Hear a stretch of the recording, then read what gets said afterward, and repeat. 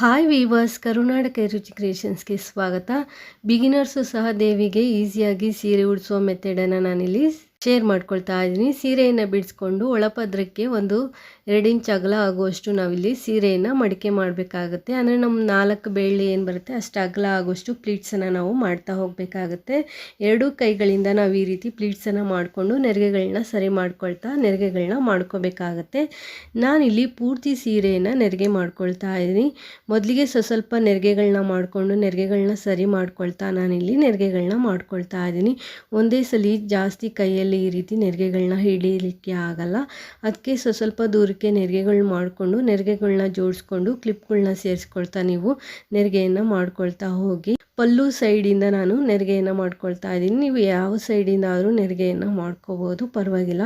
ಏಕೆಂದರೆ ಪೂರ್ತಿ ಸೀರೆಯನ್ನು ನಾವಿಲ್ಲಿ ನೆರಿಗೆ ಮಾಡೋದ್ರಿಂದ ಯಾವ ಸೈಡಿಂದ ಬೇಕಾದ್ರೂ ನೀವು ನೆರಿಗೆಯನ್ನು ಮಾಡ್ಕೋಬಹುದು. ನಾನು ಪಲ್ಲು ಸೈಡಿಂದ ಒಂದು ಅರ್ಧ ಸೀರೆಯನ್ನು ನೆರಿಗೆ ಮಾಡಿಕೊಂಡು ನಂತರ ಅಲ್ಲಿ ಕ್ಲಿಪ್ಗಳನ್ನ ಸೇರಿಸ್ಕೊಂಡು ಉಳಿದಿರುವ ಭಾಗವನ್ನು ಸಹ ಇದೇ ರೀತಿ ನೆರಿಗೆಯನ್ನು ಮಾಡ್ಕೊಳ್ತಾ ಇದ್ದೀನಿ. ಹೊಸದಾಗಿ ಯಾರೆಲ್ಲ ನಮ್ಮ ಚಾನಲ್ ನೋಡ್ತಾ ಇದ್ದೀರಾ, ನಮ್ಮ ಚಾನಲ್ನ ಸಬ್ಸ್ಕ್ರೈಬ್ ಮಾಡ್ಕೊಂಡು ನೋಡಿ. ಹಾಗೆ ನಿಮ್ಗೇನಾದರೂ ವಿಡಿಯೋ ಇಷ್ಟ ಆಯಿತು ಅಂದರೆ ನಿಮ್ಮ ಫ್ಯಾಮಿಲಿ ಫ್ರೆಂಡ್ಸ್ಗೂ ಸಹ ವಿಡಿಯೋನ ಶೇರ್ ಮಾಡ್ಕೊಳ್ಳಿ. ನೋಡಿ, ಈ ರೀತಿ ನಾನು ಪೂರ್ತಿಯಾಗಿ ನೆರಿಗೆಯನ್ನು ಮಾಡಿಕೊಂಡು ನಂತರ ನಾನು ಉಳಿದಿರುವಂಥ ನೆರಿಗೆಗಳನ್ನೂ ಸಹ ಇದೇ ರೀತಿ ನೀಟಾಗಿ ಜೋಡಿಸ್ಕೊಂಡು ನೆರಿಗೆಗಳಿಗೆ ಕ್ಲಿಪ್ಪನ್ನು ಸೇರಿಸ್ಕೊಳ್ತಾ ಇದ್ದೀನಿ. ಹೊಸದಾಗಿ ಯಾರೆಲ್ಲ ಸೀರೆ ಉಡಿಸೋದಕ್ಕೆ ಟ್ರೈ ಮಾಡ್ತೀರಾ ಅಂಥವರು ಸಹ ಈ ಅಲಂಕಾರನ ಈಸಿಯಾಗಿ ಮಾಡ್ಬೋದು. ತುಂಬ ಚೆನ್ನಾಗಿ ಬರುತ್ತೆ. ಸಿಂಪಲ್ ಆಗಿದ್ರೂ ಸಹ ಗ್ರ್ಯಾಂಡ್ ಲುಕ್ ಕೊಡುತ್ತೆ. ಹಾಗೆ ನಾವು ಇಲ್ಲಿ ಸೀರೆನಲ್ಲಿ ಬ್ಲೌಸ್ ಕಟ್ ಮಾಡಬೇಕು ಅಂತ ಇಲ್ಲ.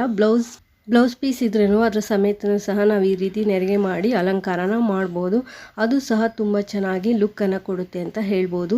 ಈಗ ಆ ಸೈಡು ಈ ಸೈಡು ನೆರಿಗೆಗಳನ್ನ ಜೋಡಿಸಿ ಕ್ಲಿಪ್ಗಳನ್ನ ಸೇರಿಸ್ಕೊಳ್ಳಿ. ಸ್ವಲ್ಪ ದಪ್ಪಗಿರೋ ಕ್ಲಿಪ್ಗಳನ್ನ ಸೇರಿಸ್ಕೊಳ್ಳಿ. ಹಾಗೆ ನೆರಿಗೆಗಳನ್ನ ನೀಟಾಗಿ ಜೋಡಿಸಿ ಸ್ವಲ್ಪ ದೂರಕ್ಕೆ ನೆರಿಗೆಯನ್ನು ಜೋಡಿಸಿ ನೀವು ಕ್ಲಿಪ್ಗಳನ್ನ ಸೇರಿಸ್ಕೊಳ್ಳಿ. ಮಧ್ಯಭಾಗಕ್ಕೂ ಸಹ ನೆರಿಗೆಯನ್ನು ಜೋಡಿಸಿ ನಾನು ಕ್ಲಿಪ್ಪನ್ನು ಹಾಕಿ ಎತ್ತಿಟ್ಕೊಂಡಿದ್ದೀನಿ. ಈಗ ಸೀರೆಯನ್ನು ಮಡಿಕೆ ಮಾಡಿದ್ದಾನೆ ನೆರಿಗೆ ಮಾಡ್ಕೊಂಡು ಇಟ್ಕೊಂಡಿದ್ದಾಗಿದೆ. ಈಗ ದೇವಿಗೆ ಸೀರೆಯನ್ನು ಹೇಗೆ ಉಡಿಸೋದು ಅಂತ ನೋಡೋಣ. ನಾನಿಲ್ಲಿ ಒಂದು ಡಬ್ಬ ತೊಗೊಂಡಿದ್ದೀನಿ. ಅಂದರೆ ಬಿಂದಿಗೆಗೆ ಸಮವಾಗಿರುವಂಥ ಒಂದು ಡಬ್ಬನ ತೊಗೊಂಡಿದ್ದೀನಿ. ಆ ಶೇಪ್ಗೆ ಹೊಂದ್ಕೊಳ್ಳೋ ರೀತಿ, ಅಂದರೆ ಅಲ್ಲಿ ಕೆಳಗಡೆ ಒಂದು ಸ್ವಲ್ಪ ಶೇಪ್ ಬೇಕು ಅಂತ ಹೇಳ್ಬಿಟ್ಟು ಆ ರೀತಿ ಡಬ್ಬನ ತೊಗೊಂಡಿದ್ದೀನಿ. ನೀವು ಡಬ್ಬ ಬದಲು ಕೆಳಗಡೆ ಒಂದು ಮಣೆ ಆದರೂ ಇಟ್ಕೋಬಹುದು.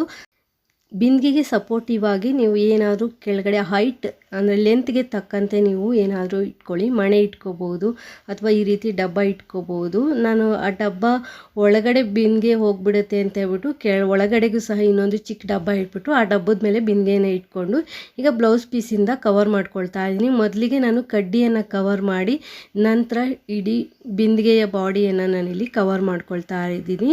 ಇಲ್ಲಿ ನಾವು ಈ ರೀತಿ ಕವರ್ ಮಾಡಿ ಗುಂಡ್ಪಿನ್ನು ಅಥವಾ ಬಟ್ಟೆ ಪಿನ್ನಿಂದ ನಾವಿಲ್ಲಿ ಸೆಕ್ಯೂರ್ ಮಾಡ್ಕೋಬಹುದು. ಇಲ್ಲಿ ಬಿಂದಿಗೆ ಅಥವಾ ನಾವು ಡಬ್ಬ ಏನು ಇಟ್ಟಿದ್ದೀವಿ ಅದು ಕಾಣಿಸ್ತಾ ಇರೋ ರೀತಿ ನೀವಿಲ್ಲಿ ಬ್ಲೌಸ್ ಪೀಸಿಂದ ಕವರ್ ಮಾಡ್ಕೊಳ್ಳಿ.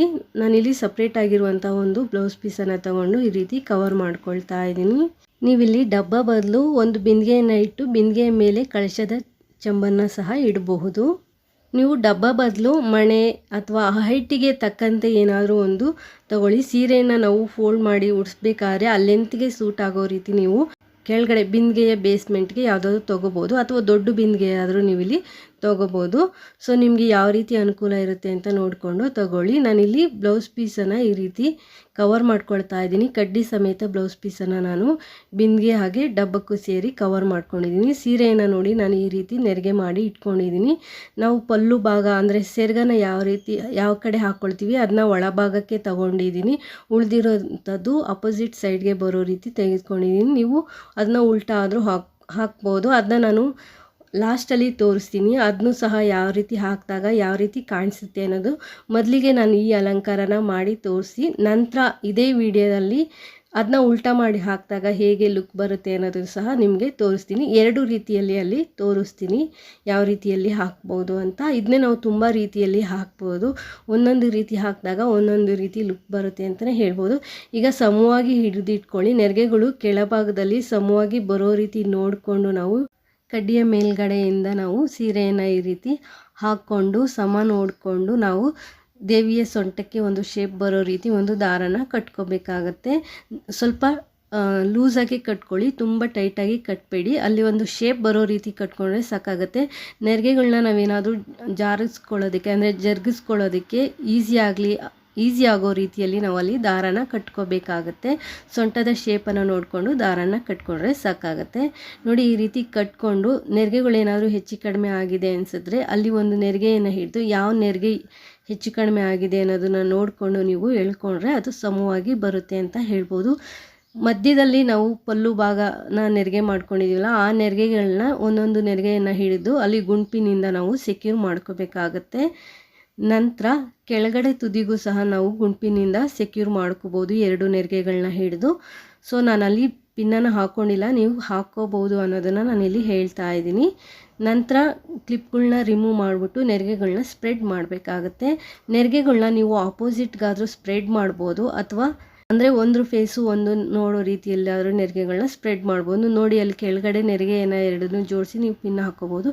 ಬಟ್ ನಾನು ಅಲ್ಲಿ ಸೊಂಟದ ಭಾಗಕ್ಕೆ ನೆರಿಗೆಯನ್ನು ಜೋಡಿಸಿ ಪಿನ್ ಹಾಕ್ಕೊಂಡಿದ್ದೀನಿ. ಈ ರೀತಿ ಆಪೋಸಿಟ್ ಸೈಡ್ಗೆ ನೆರಿಗೆಯನ್ನು ಸ್ಪ್ರೆಡ್ ಮಾಡ್ಬೋದು, ಅಥವಾ ಒಂದು ಫೇಸ್ ಇನ್ನೊಂದು ಫೇಸು ನೋಡೋ ರೀತಿ ನೆರಿಗೆಯನ್ನು ಸ್ಪ್ರೆಡ್ ಮಾಡ್ಕೋಬೋದು. ಜಾಸ್ತಿ ಸ್ಪೇಸನ್ನು ಕೊಡಬೇಡಿ. ಒಂದು ನೆರಿಗೆಯಿಂದ ಇನ್ನೊಂದು ನೆರಿಗೆಗೆ ಒಂದೊಂದು ಅರ್ಧ ಇಂಚ್ ಆಗುವಷ್ಟು ನೀವು ಸ್ಪೇಸನ್ನು ಕೊಟ್ಬಿಟ್ಟು ನೆರಿಗೆಯನ್ನು ಸ್ಪ್ರೆಡ್ ಮಾಡ್ಕೋಬೇಕಾಗುತ್ತೆ. ಒಂದು ನೆರಿಗೆಯ ಪಕ್ಕ ಇನ್ನೊಂದು ನೆರಿಗೆ ಬರಬೇಕು, ಒಂದು ನೆರಿಗೆ ಪಕ್ಕ ಇನ್ನೊಂದು ನೆರಿಗೆ ಜೋಡಿಸಿರೋ ರೀತಿ ಬರಬೇಕು. ಆಗಲೇ ಈ ಲುಕ್ ಅನ್ನೋದು ತುಂಬ ಚೆನ್ನಾಗಿ ಬರುತ್ತೆ ಅಂತ ಹೇಳ್ಬೋದು. ಈಗ ನೋಡಿ 2 ಸೈಡು ನಾನು ನೆರಿಗೆಗಳನ್ನ ಜೋಡಿಸ್ಕೊಳ್ತಾ ಇದ್ದೀನಿ. ನಾವು ತುಂಬ ಟೈಟಾಗಿ ಕಟ್ಕೊಂಡ್ರೆ ಈ ರೀತಿ ನೆರಿಗೆಗಳನ್ನ ಜೋಡಿಸ್ಲಿಕ್ಕೆ ಆಗಲ್ಲ. ಸ್ವಲ್ಪ ಅಲ್ಲಿ ಲೂಸಾಗಿ ಕಟ್ಕೊಂಡ್ರೆ ಶೇಪು ಬರುತ್ತೆ. ಹಾಗೆ ನಾವು ಈ ರೀತಿ ನೆರಿಗೆಗಳನ್ನ ಜೋಡಿಸ್ಬೇಕಾದ್ರೆ ಈಸಿ ಆಗುತ್ತೆ ಅಂತಲೇ ಹೇಳ್ಬೋದು. ನೋಡಿ ಈ ರೀತಿ ಒಂದೊಂದೇ ನೆರಿಗೆಗಳನ್ನ ಬಿಡಿಸ್ಕೊಂಡು ನೆರಿಗೆಗಳನ್ನ ಜೋಡಿಸ್ತಾ ಹೋಗಬೇಕು. ನಿಮಗೆ ಎಷ್ಟು ಅಗಲ ಬೇಕೋ ಅಷ್ಟು ಅಗಲಕ್ಕೂ ಸಹ ನೀವು ಇಲ್ಲಿ ನೆರಿಗೆಗಳನ್ನ ಜೋಡಿಸ್ಬೋದು. ಪೂರ್ತಿ ಸೀರೆ ನೆರಿಗೆಯನ್ನು ಈ ರೀತಿ ಮಾಡ್ಕೊಂಡಿರೋದ್ರಿಂದ ನೆರಿಗೆಗಳು ತುಂಬ ಜಾಸ್ತಿನೂ ಬರುತ್ತೆ, ತುಂಬ ಚೆನ್ನಾಗೂ ಬರುತ್ತೆ, ಹಾಗೆ ತುಂಬ ಹೈಲೈಟ್ ಆಗಿನೂ ಸಹ ಕಾಣಿಸುತ್ತೆ. ನೋಡಿ ಈ ರೀತಿ ನೀವು ನೆರಿಗೆಗಳನ್ನ ಹಾಕ್ಕೋಬೋದು. ಮಧ್ಯದ ನೆರಿಗೆಗಳು ಆ ಲೈನ್ ಮಾತ್ರ ಕಾಣೋ ರೀತಿ ನೀವಲ್ಲಿ ನೆರಿಗೆಗಳನ್ನ ಬಿಡಿಸ್ಕೊಳ್ಳಿ. ಹಾಗೆ ಬಿಂದಿಗೆ ಕಂಠದ ಮೇಲೆ ಎತ್ಕೊಂಡಂಗೆ ಕಾಣಿಸುತ್ತಲ್ಲ, ಅಲ್ಲೊಂದು ಪಿನ್ ಹಾಕ್ಬಿಟ್ಟು ಬ್ಯಾಕ್ ಸೈಡ್ಗೆ ಸೇರಿಸಿದ್ರೆ ಅದು ಎತ್ಕೊಳ್ಳಲ್ಲ, ಆಗ ನೀಟಾಗಿ ಕಾಣಿಸುತ್ತೆ. ದೇವಿಯ ಸೊಂಟಕ್ಕೆ ಡಾಬನ್ನು ಏರಿಸಿ, ಹಾಗೆ ನಿಮ್ಮ ಹತ್ರ ಯಾವ ರೀತಿ ಒಡವೆಗಳಿರುತ್ತೆ ಆ ರೀತಿಯ ಒಡವೆಗಳನ್ನೆಲ್ಲ ಏರಿಸಿ ದೇವಿಯನ್ನು ಅಲಂಕರಿಸಿ. ಹಾಗೆ ದೇವಿಗೆ ನೀವಿಲ್ಲಿ ಬಳೆಯನ್ನು ಸಹ ಹಾಕ್ಬೋದು. ಕೈನ ಫಿಕ್ಸ್ ಮಾಡ್ತೀನಿ ಅಂದರೆ ಕೈಯನ್ನು ಸಹ ಫಿಕ್ಸ್ ಮಾಡ್ಬೋದು. ನಾನಿಲ್ಲಿ ಕೈಯನ್ನು ಫಿಕ್ಸ್ ಮಾಡಿ ತೋರಿಸಿಲ್ಲ. ಹಾಗೆ ಜಡೆ ಬಿಲ್ಲೆ ಒಡವೆಗಳನ್ನೆಲ್ಲ ಏರಿಸಿದ ನಂತರ ಕಳಶಕ್ಕೆ ನೀರನ್ನು ಹಾಕಿ, ಕಳಶಕ್ಕೆ ಅಂದರೆ ಕಳಶವನ್ನು ಕೂರಿಸುವ ಪದ್ಧತಿ ಇಲ್ಲದೆ ಇರೋರು ಅಕ್ಕಿಯನ್ನು ಸೇರಿಸಿ ತೆಂಗಿನಕಾಯಿ ಬದಲು ಅಲ್ಲಿ ಆ ಸೈಜ್ಗೆ ತಕ್ಕಂತೆ ಒಂದು ಡಬ್ಬನ ಇಟ್ಟು ಮುಖವಾಡವನ್ನು ಏರಿಸಿ ಈ ರೀತಿ ದೇವಿಯನ್ನು ಅಲಂಕರಿಸಿದ್ದೀನಿ. ಸೊ ಇದನ್ನೇ ನಾನು ಅದೇ ಸೀರೆಯನ್ನು ಬಿಚ್ಚಿಬಿಟ್ಟು ಉಲ್ಟಾ ತಿರುಗಿಸಿ ಹಾಕ್ತಾ ಇದ್ದೀನಿ. ಅಂದರೆ ಸೆರಗು ಭಾಗ ನಾವೇನು ನೆರಿಗೆ ಮಾಡ್ಕೊಂಡಿದ್ದೀವಿ ಅದನ್ನ ಹೊರಗಡೆ ಬರೋ ರೀತಿ ಮಾಡಿಬಿಟ್ಟು ಉಳಿದಿರುವಂಥ ನೆರಿಗೆಗಳು ಒಳಭಾಗಕ್ಕೆ ಬರುವಂತೆ ಮಾಡಿಬಿಟ್ಟು ಅದನ್ನು ಸಹ ನಾನಿಲ್ಲಿ ಈ ರೀತಿ ಜೋಡಿಸ್ಬಿಟ್ಟು ನಿಮಗೆ ಕಟ್ಟಿನೂ ಸಹ ತೋರಿಸ್ತೀನಿ. ಈ ರೀತಿಯಲ್ಲೂ ಸಹ ನೀವು ಇದನ್ನು ಅಲಂಕಾರನ ಮಾಡ್ಕೋಬಹುದು. ಒಂದೇ ರೀತಿ ನಾವು ನೆರಿಗೆ ಮಾಡ್ಕೊಂಡಿರೋದನ್ನು ತುಂಬ ಡಿಫ್ರೆಂಟ್ ಆ್ಯಂಗಲಿಂದ ನಾವು ಅಲಂಕಾರನ ಮಾಡ್ಬೋದು. ನಿಮಗೆ ಯಾವ ರೀತಿ ಅಲಂಕಾರ ಇಷ್ಟ ಆಗುತ್ತೆ ಆ ರೀತಿ ಅಲಂಕಾರನ ಮಾಡ್ಕೊಳ್ಳಿ. ಇದು ಜಸ್ಟ್ ಐಡಿಯಾಗೋಸ್ಕರ ನಾನು ಇದನ್ನ ತೋರಿಸ್ತಾ ಇದ್ದೀನಿ.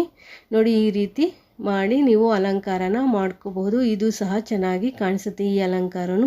ಸೊ ಆ ಪಲ್ಲು ಅಂದರೆ ನೆರಿಗೆ ಭಾಗ ನಾವು ನೆರಿಗೆ ಮಾಡ್ಕೊಂಡಿದ್ದೀವಲ್ಲ ಅದು ಹೈಲೈಟಾಗಿ ಕಾಣಿಸ್ಬೇಕು ಅಂದರೆ ಅಲ್ಲಿ ಒಂದು ಡಬ್ಬ ಅಥವಾ ಹೈಟ್ಗೆ ಲೆಂತ್ಗೆ ಹೊಂದ್ಕೊಳ್ಳೋ ರೀತಿ ಏನಾದರೂ ಇಟ್ಬಿಟ್ಟು ನೀವಲ್ಲಿ ನೆರಿಗೆಯನ್ನು ಸ್ಪ್ರೆಡ್ ಮಾಡಿದ್ರೆ ಅದು ಸಹ ತುಂಬ ಲುಕ್ಕಾಗಿ ಬರುತ್ತೆ ಅಂತ ಹೇಳ್ಬೋದು. ಈ ರೀತಿ ಏನಾದರೂ ಇಟ್ಟು ಅಲ್ಲಿ ಗ್ಲಾಸು ಅಥವಾ ಸಣ್ಣ ಡಬ್ಬ ಏನಾದರೂ ಇಟ್ಟು ಆ ನೆರಿಗೆಗಳನ್ನ ನಾವು ಸ್ಪ್ರೆಡ್ ಮಾಡಿದಾಗಲೂ ಸಹ ತುಂಬ ಲುಕ್ಕಾಗಿ ತುಂಬ ಗ್ರ್ಯಾಂಡಾಗಿ ಕಾಣಿಸುತ್ತೆ. ಇದನ್ನು ಸಹ ಬಿಚ್ಚಿಬಿಟ್ಟು ಇನ್ನೊಂದು ರೀತಿಯಲ್ಲೂ ಸಹ ತೋರಿಸ್ತೀನಿ. ನೋಡ್ತಾ ಇರ್ಬೋದು, ಕೆಳಭಾಗಕ್ಕೆ ಅಂದರೆ ಡಬ್ಬ ಇಟ್ಟಿರ್ತೀವಲ್ಲ ಆ ಡಬ್ಬದ ಕೆಳಭಾಗಕ್ಕೆ ಈ ರೀತಿ ಒಂದು ಗಂಟು ಹಾಕಿದ್ರೆ ಇದು ಸಹ ಬೇರೆ ಲುಕ್ಕನ್ನು ಕೊಡುತ್ತೆ ಅಂತಲೇ ಹೇಳ್ಬೋದು. ಈ ರೀತಿಯಲ್ಲೂ ಸಹ ನೀವು ಅಲಂಕಾರ ಮಾಡಿಬಿಟ್ಟು ಅಲ್ಲಿ ನೆರಿಗೆಯನ್ನು ಜೋಡಿಸಿ ಪಿನ್ನನ್ನು ಹಾಕ್ಬಿಟ್ಟು ಜ್ಯುವೆಲರಿ ಅಂದರೆ ಒಡವೆಗಳನ್ನೆಲ್ಲ ಹಾಕಿ ದೇವಿಯನ್ನು ಸಹ ಅಲಂಕರಿಸ್ಬೋದು. ಈ ಅಲಂಕಾರನೂ ಸಹ ಒಡವೆಗಳೆಲ್ಲ ಹಾಕಿದ ನಂತರ ತುಂಬ ಚೆನ್ನಾಗಿ ಕಾಣಿಸುತ್ತೆ. ಜಸ್ಟ್ ನಿಮ್ಗೆ ತೋರಿಸೋದಕ್ಕೋಸ್ಕರ ಅದನ್ನ ತೋರಿಸಿದ್ದೀನಿ. ಸೊ ಇದು ನಾನು ನಿಮಗೆ ಇವತ್ತು ಮಾಡಿ ತೋರಿಸ್ತಾ ಇರುವಂಥ ಅಲಂಕಾರ. ಈ ಅಲಂಕಾರ ಏನಾದರೂ ನಿಮಗೆ ಇಷ್ಟ ಆಯಿತು ಅನಿಸಿದ್ರೆ ಒಂದು ಲೈಕ್ ಕೊಡಿ. ಹೊಸದಾಗಿ ಯಾರೆಲ್ಲ ಚಾನಲ್ ನೋಡ್ತಾ ಇದ್ದೀರಾ ಸಬ್ಸ್ಕ್ರೈಬ್ ಮಾಡ್ಕೊಂಡು ನೋಡಿ. ವಿಡಿಯೋ ಏನಾದರೂ ತುಂಬ ಇಷ್ಟ ಆಯಿತು ಅಂದರೆ ನಿಮ್ಮ ಫ್ಯಾಮಿಲಿ ಫ್ರೆಂಡ್ಸ್ಗೂ ಸಹ ವಿಡಿಯೋನ ಶೇರ್ ಮಾಡ್ಕೊಳ್ಳಿ.